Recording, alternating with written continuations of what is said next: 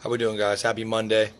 Welcome to episode 19 of the Double L Big Sheet podcast.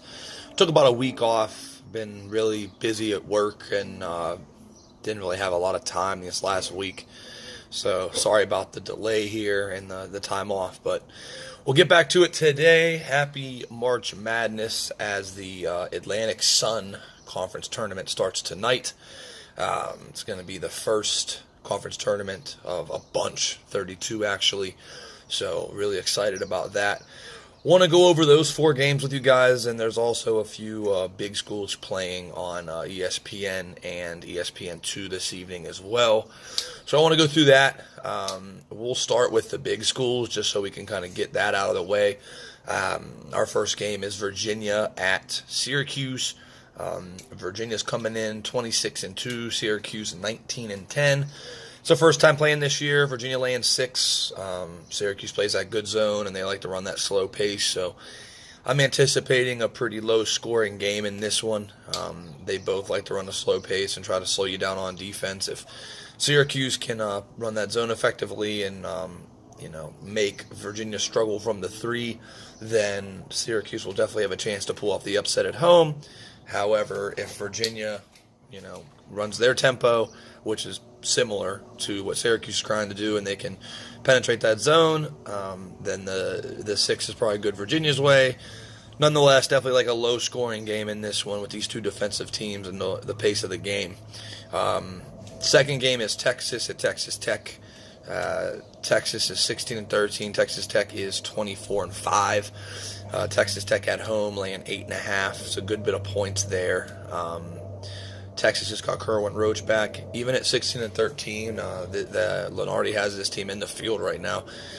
These new net rankings are really, really benefiting these subpar major conference teams. They're trying to do away with the mid-major studs and get these 500 or sub 500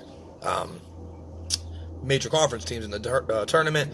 Huge games for both teams. Texas Tech for seeding, Texas to keep their bubble hopes alive. This should be a really good game, guys. 8.5 is a good bit of points, so slight lean towards Texas getting the points. I think it'll be a really good game. Texas, the key to the game is going to be that 3-pointer for Texas. They shot 58 and 60% in their last 2 games, which were wins. Texas Tech's 3rd in the Big 12, or 3rd in the nation, mind you, defending the 3. So that's going to be the big part of the game. If Texas can knock down their shots, they'll have a chance to pull this off. If not, it could be a blowout. Last big major conference games, Kansas State at TCU. Weird line on this one, Kansas State minus 1.5. Obviously, they got Barry Brown and Xavier Sneed and Dean Wade, really good players. TCU got a couple kids as well that can play. TCU's been pretty solid at home this year. Weird line, though. Kansas State, that's ranked, laying a little 1.5 at unranked TCU. That's kind of weird. Kind of make me like the home team in this one. I see value there for sure. This also is going to be, a relatively good defensive game too. They got the total at like 133 or something. So take a look at that game. Those are the 3 major games that you can watch. Now the Atlantic Sun tournament starts tonight as well.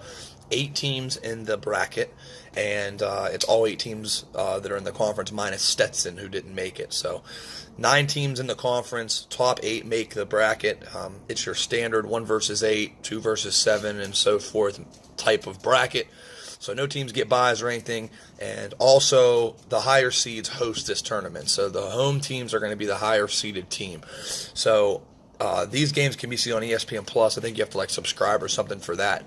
Hopefully you can stream it somewhere though and watch it on one of those universities' websites. If you want to be a degenerate like myself and bet this small school tournament stuff, then you could definitely probably find a live stream somewhere to watch your action. North Alabama is at North Florida. North Alabama is 10-21. North Florida is 15-16. North Florida, I believe, won the conference last year or the year before. I can't remember which, but they have won it in recent years. North Alabama's new to D1. They've been D1, D2 for a while, and now they're D1. They come with the a quartet of players that can drop buckets.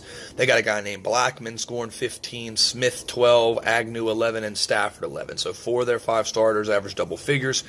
And North Florida, all 5 starters average double figures for North Florida. Them being at home, the line's -9. Kind of digging it. Look out for maybe an over in this game also.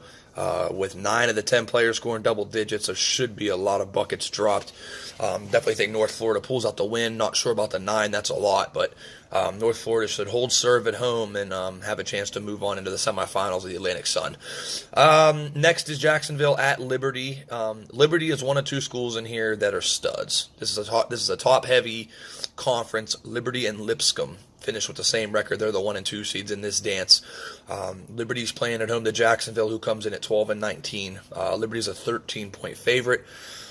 Jacksonville has a 5th leading scorer in the conference on their team, and 3 guys that average double figures. Liberty also has 3 guys averaging double figures, but Liberty's just better than Jacksonville. Jacksonville made a couple upsets in last year's tournament, but I don't see that this year. Liberty is stacked at 25 and 6. Really good team playing at home. A win or go home type of game, because this is going to be a 1-bid league. I don't know about the 13, but I definitely like Liberty to win at home. At New Jersey Institute of Technology at Florida Gulf Coast, NJIT is 20 and 11. Florida Gulf Coast is 14 and 17. It's at Florida Gulf Coast. NJIT has a guy by the name of Cooks. He scores 17 a game. He's the 3rd leading scorer in the Atlantic Sun. Florida Gulf Coast, as you know, they made that great run in the tournament years ago. Not the same team, though. Spotting a little 3.5. This could be the upset of the day. NJIT might be able to go on the road and beat them. It was a real close game, 56-55 last time these 2 teams played. So they're very evenly matched. They like to run at a low pace. So maybe look at the under in this game as well. 2 teams that just slow it down and grind you out. But I mean, I'm seeing value in this 3.5. I think it's going to be a real close game down to the buzzer, and this might have some March Madness magic to it. One of these 2 teams could win at the horn or something. This should be a really good game. And we're at 7 minutes here, so I'm going to wrap up. Last game is Lipscomb and Kennesaw State. Lipscomb 23 and 6, Kennesaw State 6 and 25. Kennesaw State's probably one of the bottom 10 to 15 teams in Division I, and the line shows that you're in the quarterfinals of your conference tournament catching 25. Lipscomb likes to run and gun, score a bunch of points. 3 of their starters average double figures. This game actually boasts the 1st and 2nd leading scorers out of the Atlantic Sun. Lipscomb has a guy named Matthews. He gets 20 a game. He's the leading scorer in the conference. Kennesaw State has a guy named Hooker who scores 19. That's all they got, though. Lipscomb has a plethora of players that can light you up. Kennesaw State's kind of a one-man show. So if Lipscomb's definitely winning this game for sure, 100%. 25 is a lot. My thought is if they cover that, they're going to be able to hold this Hooker guy, under his average, and I think they'll get the win. Kennesaw State's had a rough year, only 6 wins all year, playing the favorite in the conference. So that could be blowout city for sure. That's just going to be, one of those games where Kennesaw State definitely doesn't win, but 25 is a lot, so I don't know about that. That's it, guys. So 7 games. We got 4 conference tournament games today, 3 on ESPN for regular season. Small school brackets are this week, big school next week, and then obviously we got Selection Sunday 2 weeks from yesterday. So it's exciting, guys. March is our favorite month. A lot of basketball. We got St. Patty's Day. Got a lot of friends coming out for the tournament. So look forward to a lot of podcasts this month.